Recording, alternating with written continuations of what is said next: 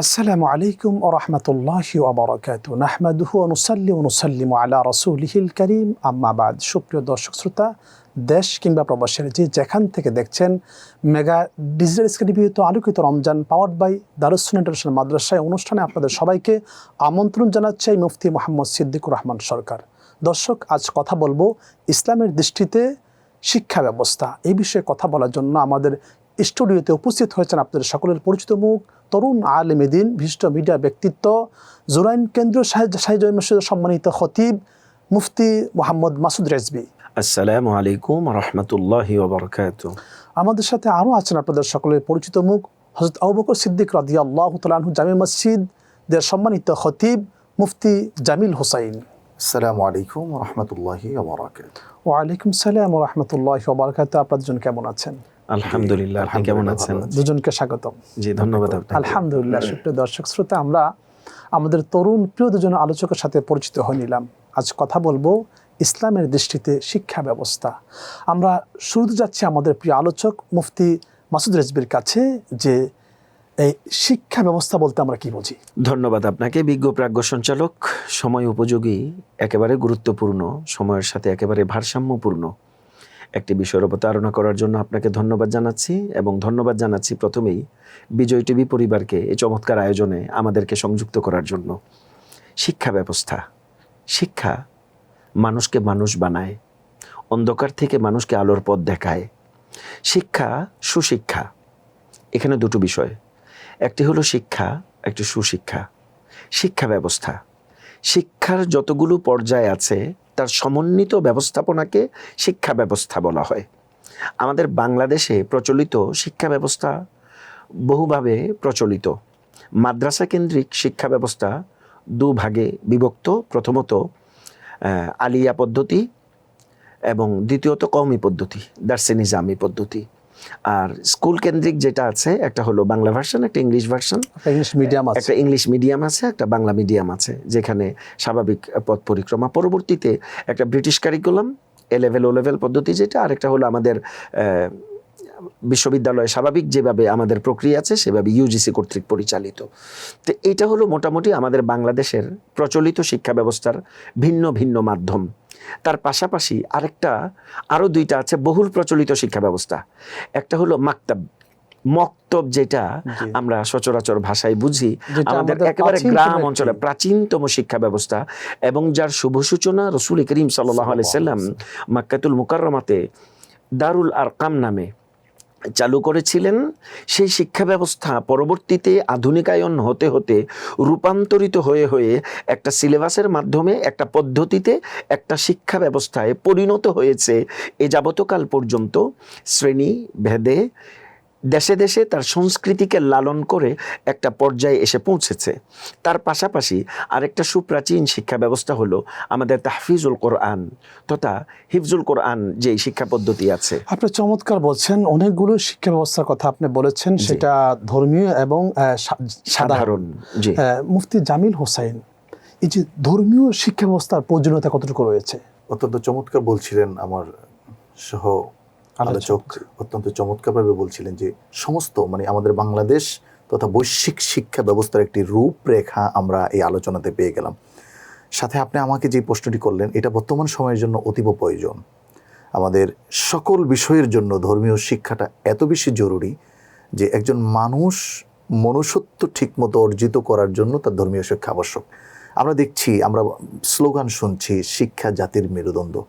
একটু যদি আমরা রিফায়ার করে একটু এটাকে বলি যে আসলে না, শুধু শিক্ষা জাতির মেরুদণ্ড হয় না, সুশিক্ষা জাতির মেরুদণ্ড।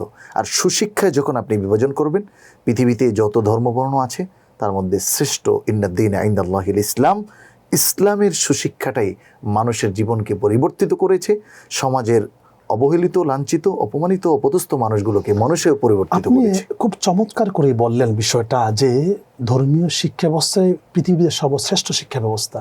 অবশ্যই। কিন্তু আপনি একটু বলবেন কি, আমাদের দেশে ধর্মীয় শিক্ষা যেটা রয়েছে, জি। সেটা কওমি হোক, সেটা আলিয়া হোক, সেটা হিফজুল কোরআন হোক, দর্শে নিজামি হোক, বা জেনারেল শিক্ষা হোক, জি। কোথাও কি আসলে পরিপূর্ণ কোনো সিলেবাস রয়েছে কিনা? যদি থেকে থাকে তাহলে আমরা দেখতে পাচ্ছি যে আমাদের ধর্মীয় শিক্ষা যেখানে হচ্ছে কওমি মাদ্রাসা অথবা যেখানে স্কুল কলেজ, সেখানেও আমাদের যে ছোটো ছোটো বাচ্চা আছে, একেবারেই মাসুম বাচ্চা, যাদের বয়স 5, 7, 8 বছর, 10 বছর, 12 বছর বা কৈশোর যারা আছেন, জি। তাদের উপর অমানবিক নির্যাতন, দর্শন এবং সেখানে সমকামিতা হচ্ছে কেন? কারণ কি? অত্যন্ত কষ্টদায়ক এবং বিষয়টি খুবই মারাত্মক আমাদের সমাজ ব্যবস্থার জন্য। এবং আমরা যদি দেখি, আসলে আপনি যে বিষয়টাকে একদম ভিতর থেকে নিয়ে আসলেন, যে শিক্ষার মূল নীতি হলো মানুষকে মানুষ বানানো, কিন্তু আমরা দেখছি যেখানে মানুষ বানাবে একটা সন্তানকে, সেখানেই অমানবিক কাজ হচ্ছে। যেটা আপনি নিয়ে এসছেন, যে একটা ছোট্ট শিশুর উপর আমরা যদি একটু রিফায়ার করে বলি, আরেকটু ক্লিয়ার করে বলি, তাহলে আমরা দেখছি যে সমকামিতার মতো বিষয়গুলো আমাদের এই সেক্টরে চলে আসতেছে। একটা ছোট্ট শিশুর উপরে বলৎকার শব্দ নামে আমরা যে শব্দটা ব্যবহার করে থাকি, এই জিনিসটা আসতেছে। আসলে এটা আমাদের শিক্ষা ব্যবস্থার জন্য অত্যন্ত গভীরতা। এটা কোনো ধর্মীয় শিক্ষা হতে পারে না, শুধু ইসলাম ধর্মে না, পৃথিবীর কোনো ধর্মে এরকম অসুন্দর বিষয় এবং এরকম নোংরা বিষয়কে শিক্ষা দিতে পারে না, যদি কোনো ধর্মীয় প্রতিষ্ঠান। এই যে সমকামিতা কিন্তু লূত আলাইহিস সালামের উম্মতের ভিতরে ছিল। আল্লাহ তাআলা এই জাতিকে একদম জমিন উল্টে দিয়েছেন। আমরা জানি যে জিবরাইল আলাইহিস সালাতু ওয়াস সালাম সেই পুরো জমিনকে আকাশে নিয়ে সেখান থেকে একেবারে পিষ্ট করে দিয়েছেন। এখনো সেটা আছে, ডেড সি, যেটা আমরা দেখতে পাচ্ছি। সেখানে এখনো কেউ যেতেও পারে না ভালো করে, ভয় পায় মানুষ। জি, ভয় পায়। এবং সেই জমিনের এরিয়া এখন পর্যন্ত প্রমাণিত আল্লাহ তাআলার আযাব। তো আমরা যেই শিক্ষা ব্যবস্থাটা, আমি একটু যদি পিছন থেকে বলি, যে ধর্মীয় শিক্ষাটা আমাদের দরকার। ধর্মীয় শিক্ষা একটা মানুষকে মানুষ বানায়, কিন্তু সেখানে ধর্মীয় শিক্ষার অ্যাডভাইজিং দিয়ে, ধর্মীয় শিক্ষার নাম ব্যবহার করে এরকম বলৎকার জাতীয় গর্হিত কাজ, এবং তার চেয়ে আরও বেশি গর্হিত হলো সেখানে কমিটি কেন্দ্রিক এই অপকর্মকে ধামা চাপা দিয়ে সেটাকে জাতির সামনে, এলাকার মানুষের সামনে বা এই সন্তানের অভিভাবকের সামনে সেটাকে হাইড করা এবং সেটাকে প্রকাশে না আনা। তার মানে আমরা আরও এই গর্হিত কাজটাকে উদ্বুদ্ধ করে দিচ্ছি। এখানে একটি বিষয় দেখুন, আমরা কমিটির লোক যারা বা পার্সোনাল অনেক লোক আছি, জিনিসটাকে আমরা ঢাকতে চাই। কতদিন অপরাধকে ঢাকা যায়? 1 নাম্বার। 2 নাম্বার হলো, এটা যে কোনো গোষ্ঠীর দ্বারা হোক ওই মাদ্রাসা হোক, আলিয়া স্কুল মাদ্রাসা, কলেজ বা যেখানেই হোক, কিন্তু অপরাধ তো অপরাধী। আমরা সবাই মিলে যদি যিনি অপরাধ করেছে তাকে যদি আমরা পানিশমেন্ট, শাস্তির আওতা আনতাম, তাহলে হয়তো এটা আর হতো না। তো এই বিষয়ে জাতিকে আমরা কি জাগ্রত করতে পারি? জাগ্রত করার একদম মূল কথাটা যদি আমি বলি, তাহলে যে অপরাধী, তার শাস্তি প্রকাশ্যে করতে হবে এবং কোনো অপরাধীকে ছাড় না দেওয়া। আমরা একটা অপরাধকে যদি আমরা ঠিকমতো দমন করতে পারি, আমাদের সমাজের হাজার অপরাধ বন্ধ হবে। বিশেষ করে এই সেক্টরগুলো আমি বাংলাদেশের প্রত্যেকটি প্রতিষ্ঠান, এদের কমিটি যারা আছে, দায়িত্বে যারা আছে, তাদের কাছে বিনীত আবেদন জানাবো, এই ধরনের অপরাধ যদি শিক্ষা প্রতিষ্ঠানে হয়, তাহলে কোনোভাবেই তাকে ছাড় দেওয়ার কোনো সুযোগ নেই। শিক্ষা প্রতিষ্ঠান থাকবে, কিন্তু যিনি অপরাধ করেছেন তার শাস্তি অবশ্যই হওয়া দরকার, এবং সেটা জনসম্মুখে হতে হবে। জি, এটাই কোরআন বলে এবং এটাই হাদিস বলে, এটাই রাসূল সাল্লাল্লাহু আলাইহি ওয়াসাল্লাম। আমি আপনার কাছে আসবো মুফতি মাসুদ রিজভী। আমি একজন মেয়ের বাবা, আমি একজন ছেলের বাবা, আমার কিন্তু সন্তান আছে। আমি যদি আজকে মুখ বন্ধ করে বসে থাকি, একদিন হয়তো আমার সন্তান, আল্লাহ না করুক, হয়তো সেইটা আমার সন্তান আক্রান্ত হতে পারে, হয়তো কারো রোষানলে পড়তে পারে। আমরা দেখেছি এই যে আমাদের আসিয়া, যে তার বোনের বাসায় বেড়াতে গিয়েছিল, সেই মেয়েটাকে তার বোনের শ্বশুর তাকে দর্শন করেছে খুব বিকৃত মনা নিয়ে। আপনি এই ব্যাপারে কি বলবেন, আমাকে বলেন তো। আমাদের বিজ্ঞ উপস্থাপক, আপনি একেবারে আবেগ আপ্লুত একটি প্রশ্ন করেছেন। আপনার আবেগকে আমি সর্বোচ্চ শ্রদ্ধা দিয়ে, আমাদের অন্তর দিয়ে আমরা সেই হৃদয় নিংড়ানো কথাকে আমরা গ্রহণ করছি। আমরাও আসলে লজ্জিত, অনুতপ্ত। এই দেশের পুরুষতান্ত্রিক সমাজ ব্যবস্থায় নারী তো অনেক পরে, একটি ছোট্ট শিশুও নিরাপদ নয়, এই কথাটি বলা আমাদের এরকম একটি প্ল্যাটফর্ম থেকে কতটা লজ্জাস্কর।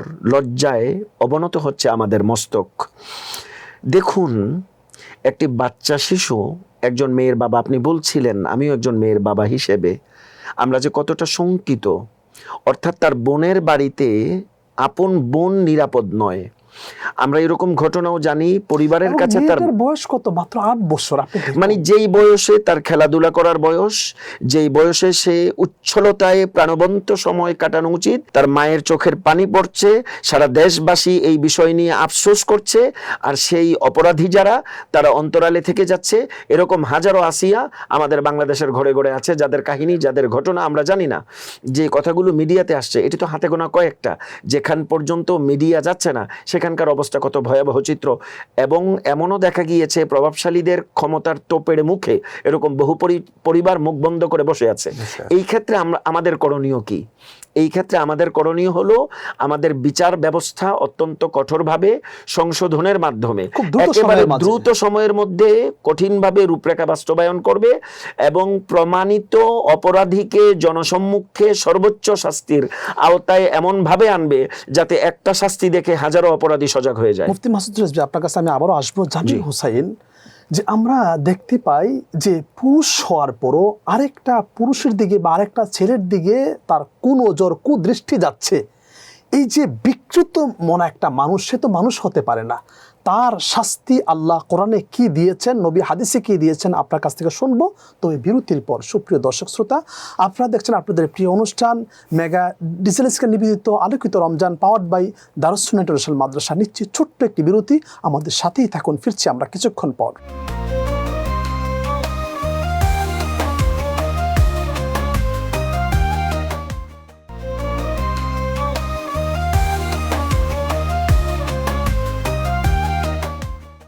আলহামদুলিল্লাহ, সুপ্রিয় দর্শক শ্রোতা, বিরতির পর ফিরে আসলাম আপনাদের প্রিয় অনুষ্ঠান মেগা ডিজিটাল স্কেলে বিহিত আলোকিত Ramzan, powered by Darus Sunnah international মাদ্রাসা। দর্শক, আমরা আমাদের মূল আলোচনায় ফিরছি। মুফতি জামিল হোসেন, যেখানে ছিলাম যে আমরা দেখতে পাই যে আমাদের ছোট্ট ছোট্ট এই শিশুগুলোর উপরে অনেকেই তারা পাশবিক নির্যাতন করছেন, যেটাকে আমরা সমকামিতা বলি।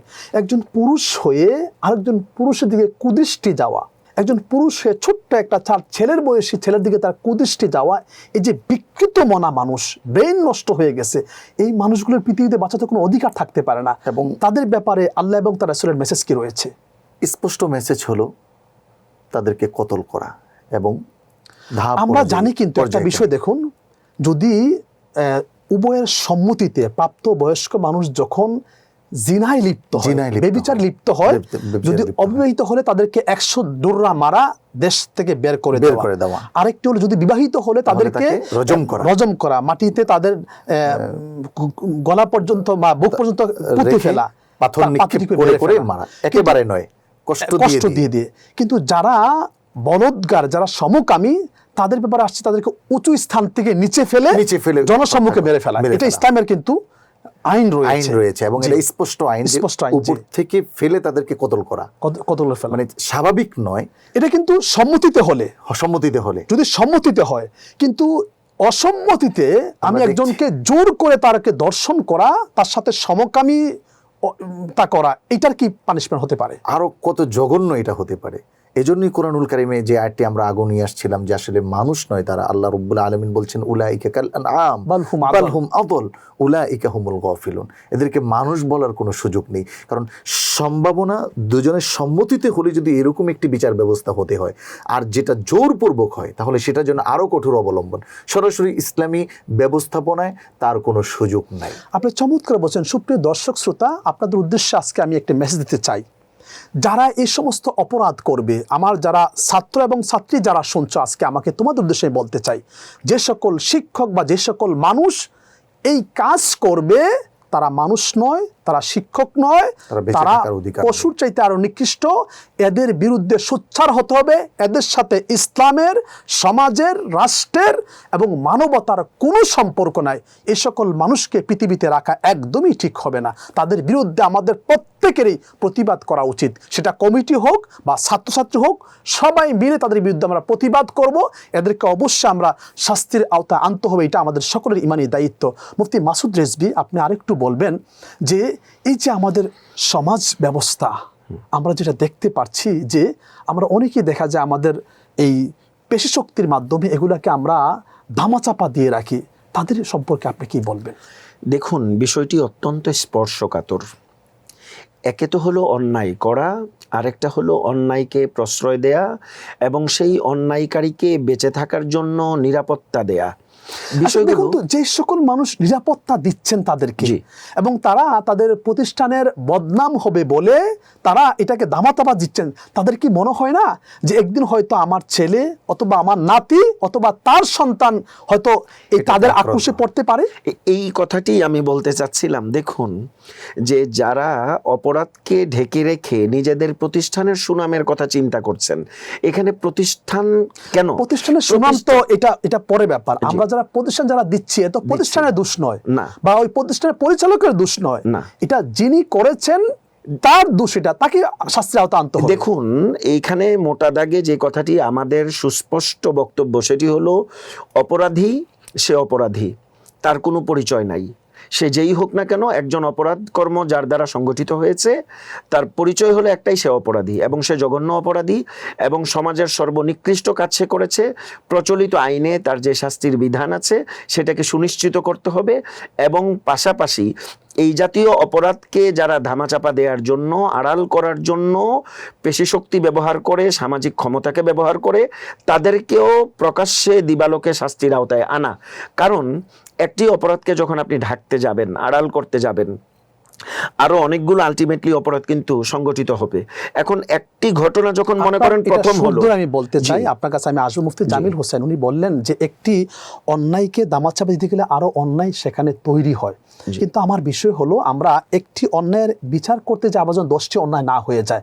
এখন একটা প্রতিষ্ঠানে হয়তো একজন কুলাঙ্গার, একজন নিকৃষ্ট মানুষ, একজন কুলাঙ্গার, সে হয়তো অন্যায় করেছে, ওই কুলাঙ্গারের জন্য তো প্রতিষ্ঠান ভাঙচুর করা যাবে না, প্রতিষ্ঠানের পরিচালককে দোষ দেওয়া যাবে না। এটা করতে হবে ওই ব্যক্তির, অবশ্যই বিচার করতে হবে। যে তার বিচার না করে, তার বিচারে বাধা হয়ে দাঁড়ায় প্রতিষ্ঠান বা পরিচালক, তখন তাদেরকে তারা আনতে হবে।